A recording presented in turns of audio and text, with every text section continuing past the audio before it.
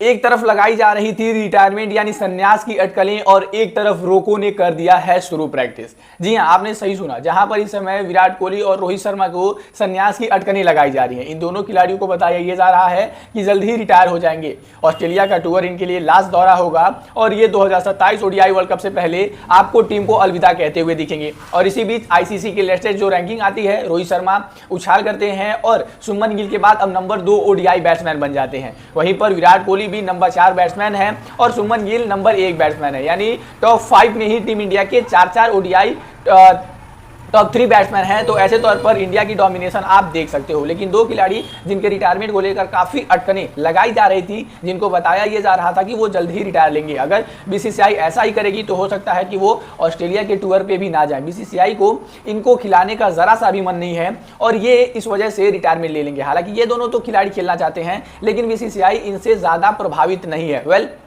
BCCI अगर number 2 के ODI ranking बल्लेबाज से प्रभावित नहीं है, नंबर 4 के ओडीआई रैंकिंग बल्लेबाज से प्रभावित नहीं है, अगर बीसीसीआई ओडीआई वर्ल्ड कप 2023 में 700 से ज्यादा रन बनाने वाले विराट कोहली से प्रभावित नहीं है, champions trophy T20I world cup जिताने वाले कप्तान से प्रभावित नहीं है, तो शायद ही वो किसी और खिलाड़ियों से प्रभावित होगा। लेकिन यहाँ पर विराट कोहली और रोहित शर्मा ने अपनी तैयारी चालू कर दी है 2027 ओडीआई वर्ल्ड कप से पहले। जी हाँ, आप सभी को पता होगा कि एशिया कप जैसे ही खत्म होना है, उसके बाद भारत और वेस्टइंडीज का टेस्ट श्रृंखला चालू होना है। ये श्रृंखला 14 अक्टूबर तक चलेगा और उसके 3 दिन छुट्टी के बाद और 19 तारीख से यानी 19 अक्टूबर से भारत और ऑस्ट्रेलिया का ओडीआई श्रृंखला होने वाली है। ये इंडिया टूर ऑफ ऑस्ट्रेलिया होगा, जहां पर भारतीय टीम ऑस्ट्रेलिया जाएगी। 3 ओडीआई श्रृंखला पहले खेली जानी है, यानी विराट कोहली, रोहित शर्मा आपको इस श्रृंखला के दौरान देखने को मिल जाएंगे। उसके बाद 5 T20I श्रृंखला देखने को मिलेगी, जहां पर रोहित और विराट दोनों नहीं है, यानी दोनों ने टेस्ट और T20I से रिटायरमेंट को अनाउंस कर दिया है। तो ऐसे तौर पर वो आपको 19, 23 और 25 जो ये 3 दिन मुकाबले रखे गए हैं, पहला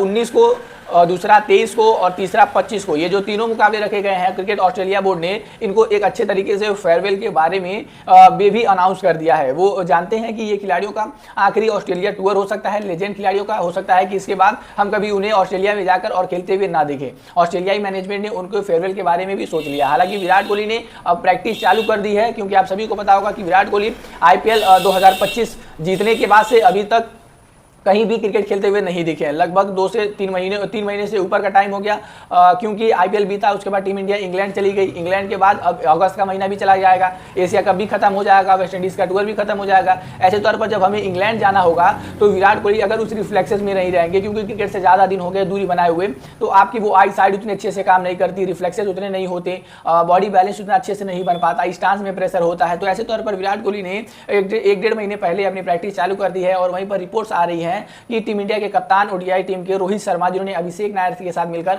अपनी फिटनेस और अपने बैटिंग पर काम करना चालू कर दिया। वेल, इन दोनों खिलाड़ियों का सपना तो, और खासकर रोहित शर्मा का सपना तो ओडीआई वर्ल्ड कप जीतना ही है, लेकिन बीसीसीआई कहीं ना कहीं इनमें वो बाधा डाल रही है। वेल, इन दोनों खिलाड़ियों ने प्रिपरेशन चालू कर दिया है। अगर इनके लिए ऑस्ट्रेलिया का टूर बेहतर चल जाता है तो कहीं ना कहीं बीसीसीआई भी जरूर सोचेगी कि इन दोनों खिलाड़ियों के बारे में आगे फ्यूचर में क्या करना